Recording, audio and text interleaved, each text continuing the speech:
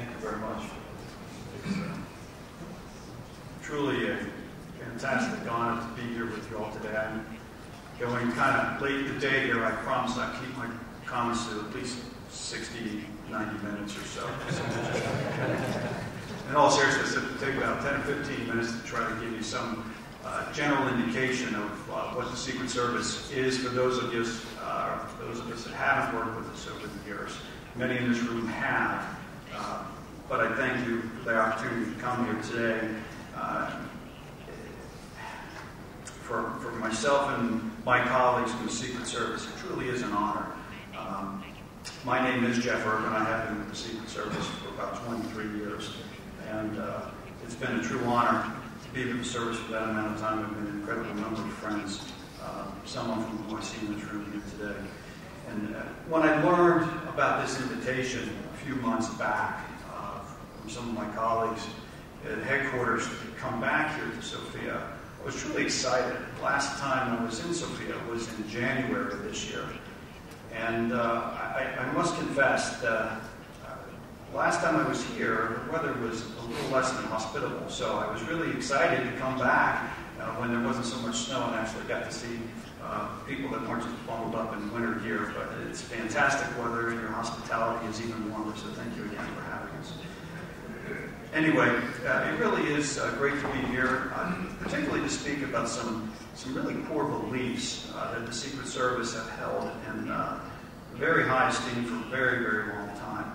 And our efforts throughout the global law enforcement community, especially in the Secret Service, have been built on partnerships. We've heard it here today. I don't think there's been one speaker here who hasn't focused in on how important partnerships are in this particular mission space. But particularly, I just wanted to highlight just how important it is for all of us in this room, everybody who's here, across different countries, different cultures, and maybe international laws make things a little difficult as well. But it's critically important, in my humble opinion, that all of us need to establish a more robust, globally interconnected series of law enforcement partnerships that just aren't amongst cops, but also with the private sector, academia, and other people who can help us in this regard. It's been my experience, especially here in Bulgaria, that partnerships can, over time, and with a lot of work, lead to friendships. And I want to highlight that, because when this occurs, it's been my experience that very good things can happen. We all have partnerships. We all have BlackBerries and iPhones that probably have hundreds of phone numbers and names in them. Some of these people I haven't spoken with in years, but they're partners. Friends are different. Friends are people who will take my call at 3 o'clock in the morning when I need help. And that's key, and some of the points that I want to make here today, because I believe that partnerships and friendships amongst global law enforcement, intelligence, military, business, and academic leaders are more important than ever before, particularly as we all collectively pool our resources to fight this global threat that we refer to as cybercrime. Nowhere, and I mean this sincerely, are these friendships more important than they are here in Southeastern Europe. That's one reason why many of us in the United States have flown very, very long flights to get here for this event, because we truly believe in what you're trying to achieve. As many of you probably have suspected, my comments and thoughts may be very similar to Executive Assistant Director Sean Henry from the FBI. I know there's a little lag time in Mr. Henry's comments, but in the interest of full disclosure, over the past several years I've had a great working relationship with Mr. Henry when he was in the field, and now that he's in headquarters, he is a true friend of the Secret Service. I've worked with him on a number of protective missions, counterterrorism missions, and certainly cyber investigative missions. And one thing I wanted to share with you was Executive Assistant Director Henry, he mentioned it briefly in his comments. In Washington, D.C., we have this incredibly diverse law enforcement community. Everything from local police to FBI, and everybody in between. And within that community, Sean, what Mr. Henry was famous for saying, one team, one fight. You heard him mention that here today in your comments, if you remember that. And one team, one fight. When you think about it on a global scale, it really kind of sums up everything that we've said here today. There have been some subject matter experts up here who were speaking about things that I didn't have a clue. I kept my mouth shut because I didn't want everybody to know I was the only guy who didn't know what they were talking about. But when it comes down to one team, one fight, that concept allows me not to know everything about everything. I have, in my BlackBerry here, that colleague, that partner, that friend, who does know what I don't know. And that's why all of us in this room, it's so important that we come together, because no one person or no one agency can solve this problem alone. And I truly believe that it's very, very important that we all work side by side to be successful. And while I'm on it, let me just say the collective efforts of the American law enforcement community to protect cyberspace are quite aggressive and robust. And I'm pleased to report that cooperation and degree of partnership and friendship amongst the FBI and Secret Service has never actually been better. It is very well coordinated, and actually we have two guys who were actually very instrumental in that regard here today. Number one is my colleague, Pablo Martinez. Pablo, please stand up. Pablo is the Deputy Special Agent in charge of the Secret Service cyber crimes. He is one of the world's foremost cyber crime investigators. He's extremely knowledgeable. I encourage anybody who has that stump the agent question to see Pablo after this meeting. He's a wonderful resource. Also, my colleague, Mike Welch from the FBI, Deputy Assistant Director back there. Mike and I both flew in from Washington, D.C. for this event, and I hope that's a good indication of how much we support what you're trying to do here. As I was preparing for these comments for this conference, it occurred to me in about 28 days, I will have hit my 30th year in law enforcement, my 30-year anniversary.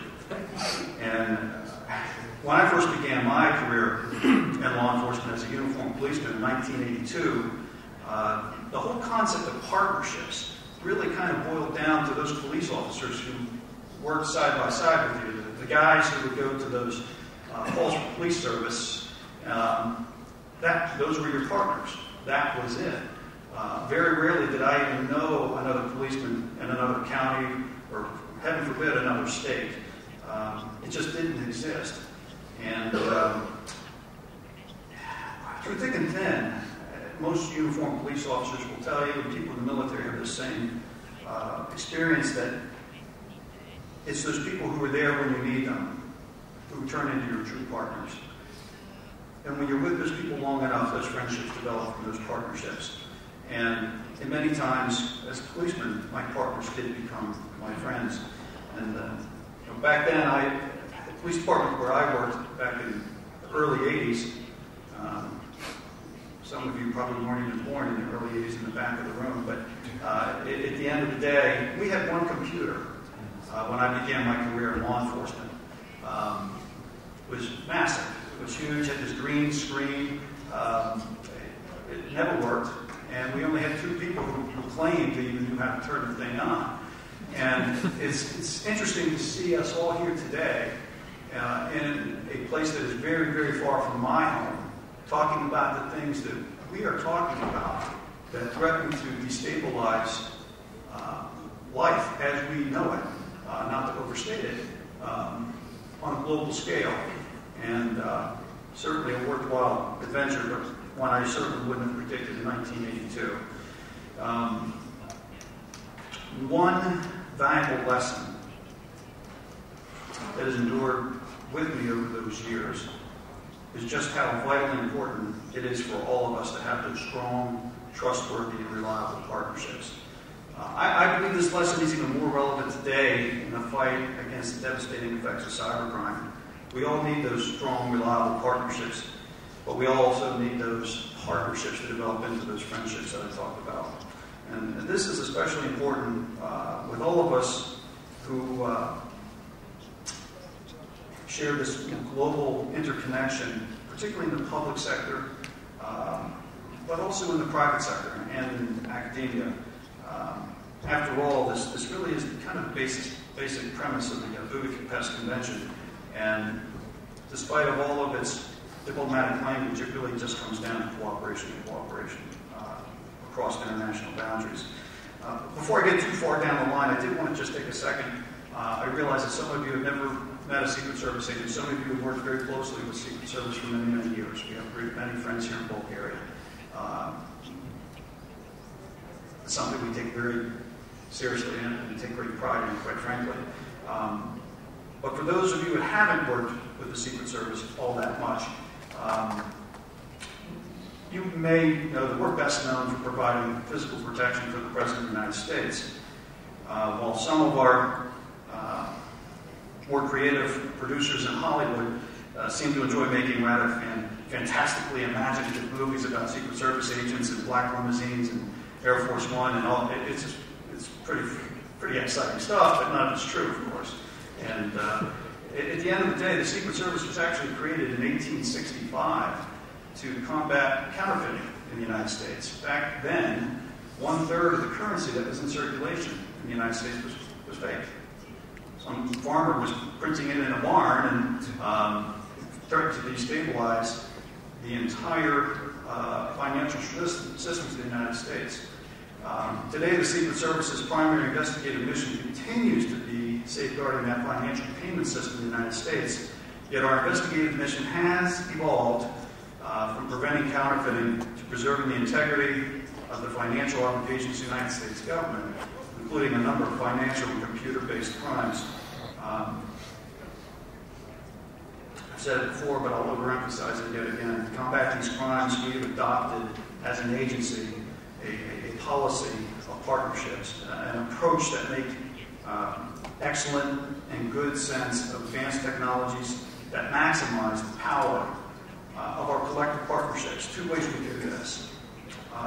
Firstly, our electronic crimes task forces. We have 31 very focused task forces across the United States and abroad that focus strictly on electronic crime. Those work hand in glove with 38 financial crime task forces established by the Secret Service.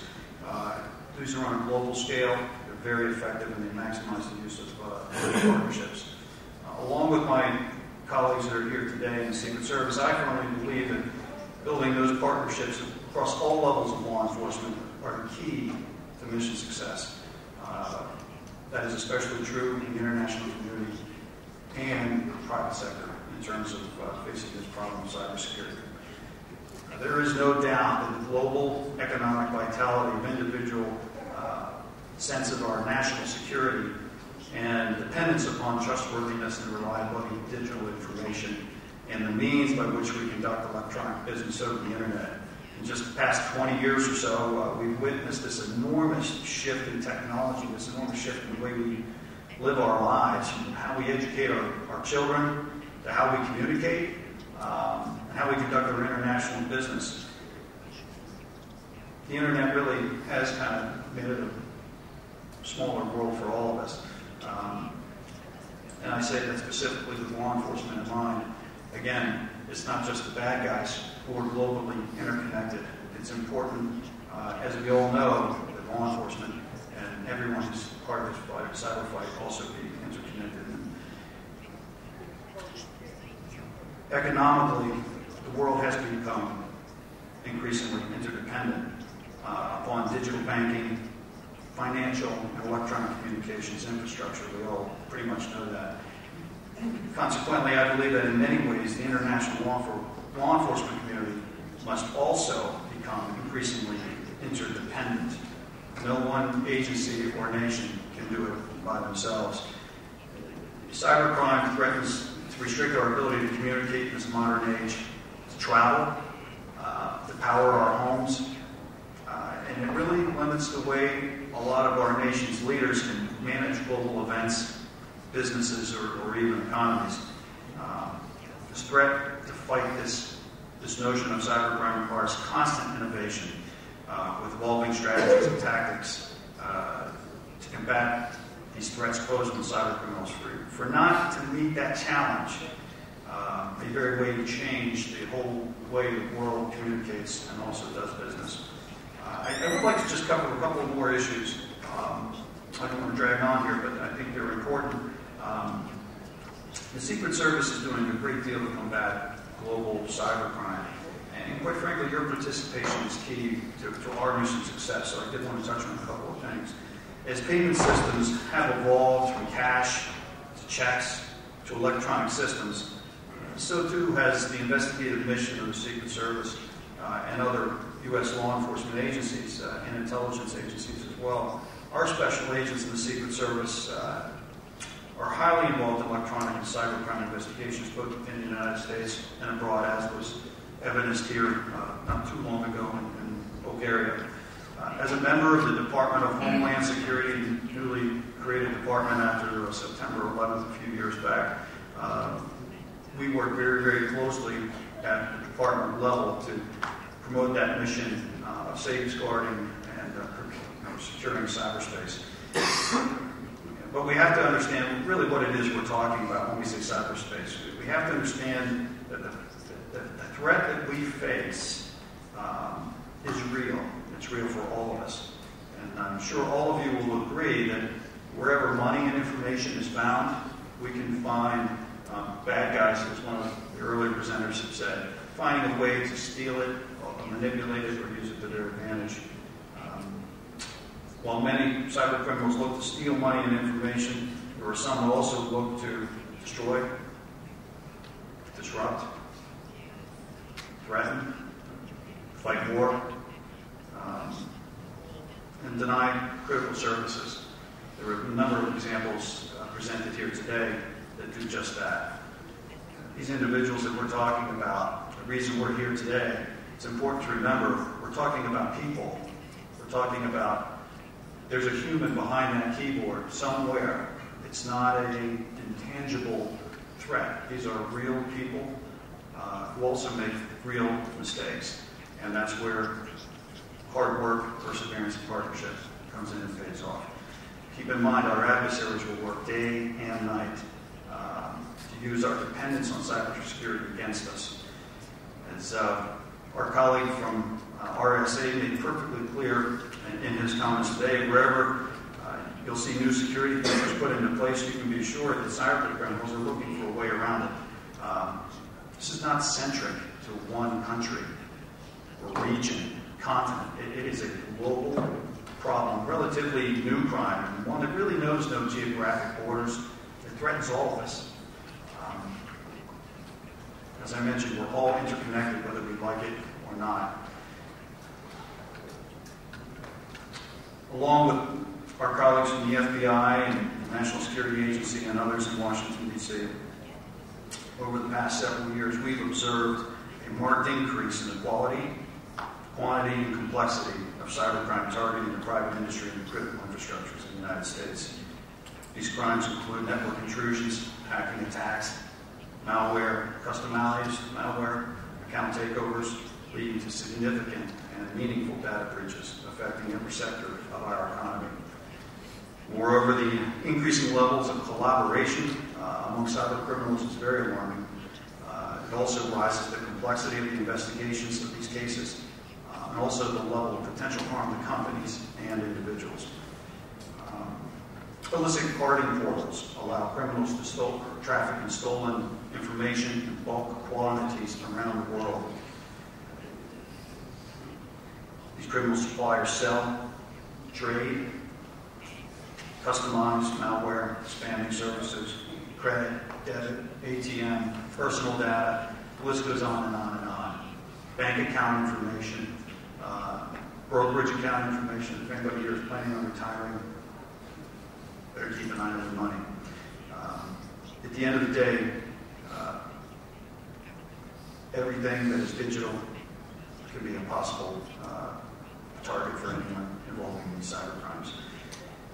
And even similarly mentioned to our colleague from Dublin who spoke a couple of hours ago, in one particular operation the Secret Service recently worked, we had a number of suspects all over the world trafficking in millions of stolen credit card numbers. And was a fantastic case, very global in nature.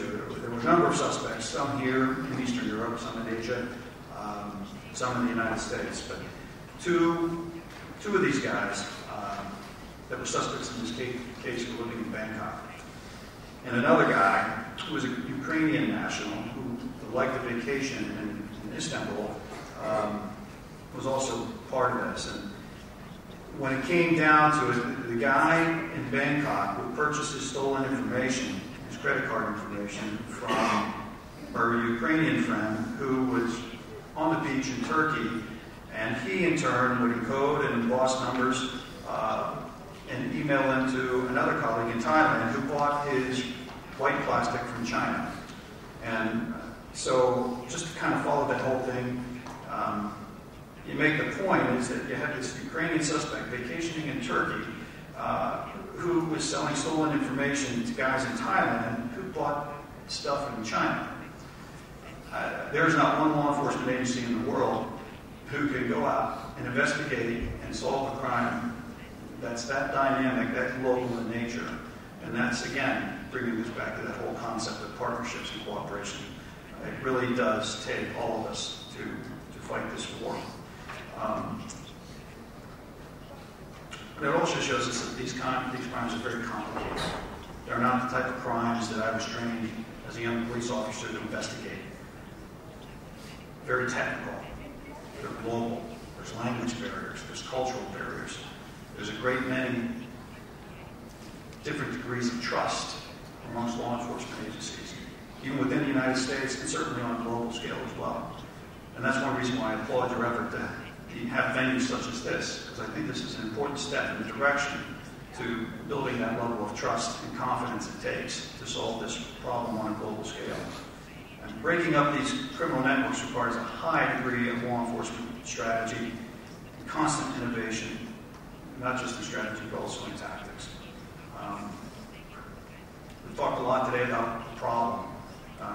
What I want to talk about just in the next couple of minutes here is about solutions, and then I'll wrap it up.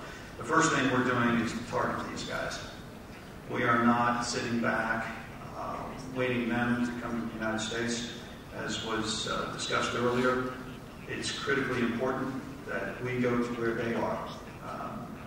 Regardless of where they're physically located, as the previous example highlighted, the Secret Service is willing to undertake these complex cases that require a large investment of time, money, and human resources, and we'll pursue them anywhere the case takes us, anywhere in the world.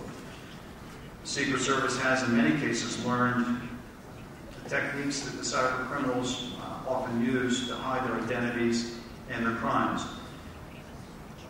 One particular initiative we've undertaken, and my colleague Pablo is very instrumental in this, and we created a cyber intelligence section within the Secret Service that really is cutting edge. It is a laser-focused concentration on recent trends, tactics, and intelligence. It is globally recognized as one of the most effective units in all of law enforcement. And anyone who would like more information about that, I encourage you to speak to Pablo after my comments. But another strategy we've taken, and this is one that is very, very important, is the development of our electronic crime special agent task forces, and even that electronic crime special agent program, or SCAP, as we call it in law enforcement circles. And special agents who were assigned to the SCAP program receive very highly specialized training to investigate these types of crimes. Over the last few years, we've trained 1,500 Secret Service agents in highly technical electronic crime investigative tactics to include forensic capability, and we've deployed those special agents in 80 different field offices around the world. We value so much that this is where the future of all crime is going, that we actually included that into the basic training module of all Secret Service agents today. So even the youngest guy or gal we hire right off the street is going to get a significant, they're going to be trained, certified cyber investigators by the time they graduate. But it's not just Secret Service. We provide an incredible amount of training to other law enforcement partners, both domestically and abroad. This past year, we've trained thousands of law enforcement personnel in the United States and around the world.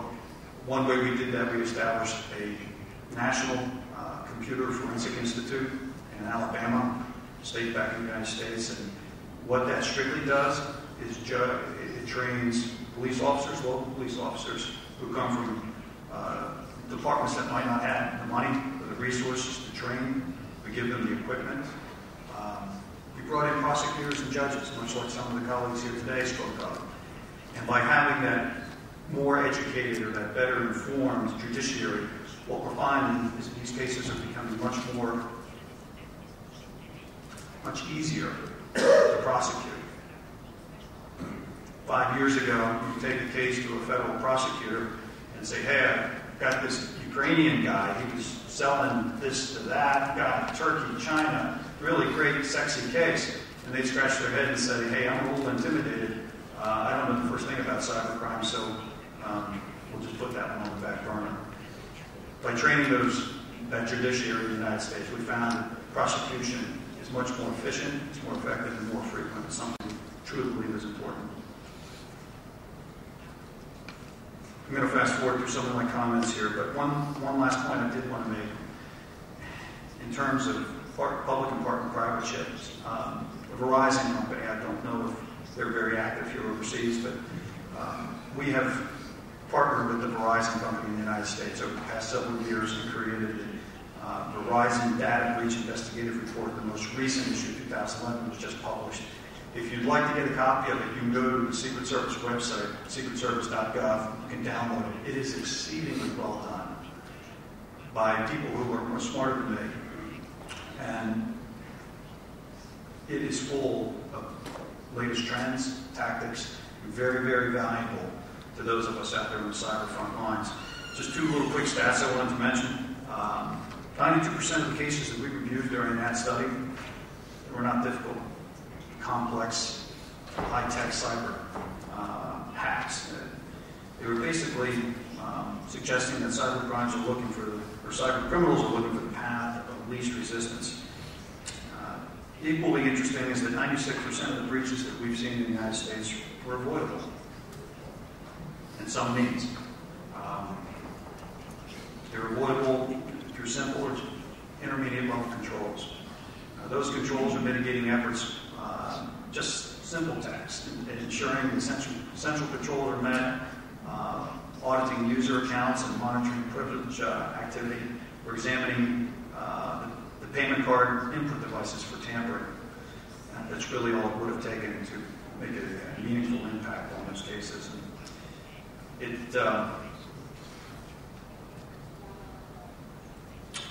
technology alone, one point I believe here, technology alone is not going to solve this problem. I've said it again, and at the risk of being repetitious, I'll say it again. Partnerships in their truest form involve the sharing of open communication and, most critically, of course, trust. It takes time to build that trust. And what we do together to secure our common interest in cyberspace must receive that same level of trust and commitment that we have on protecting our homes at night, or protecting our schools where our kids go. To not do that will certainly have a destabilizing impact on the future of all generations, no matter where you live. And as we know, e-commerce is not just going to go away just because we have bad guys out there looking to exploit those vulnerabilities in our networks and our electronic systems. We all, every one of us in this room, have a responsibility to continue to work together to fight this problem, to build those partnerships and develop them into friendships. I believe this is really the only way forward. We have to prevent and detect these crimes and bring these cyber criminals to justice no matter where they are. I really do thank you for your time, especially this late in the afternoon. It's been a wonderful day full of incredibly insightful information. But to all of my colleagues, particularly the host of this particular event, it's been my privilege and honor to be here, and I thank you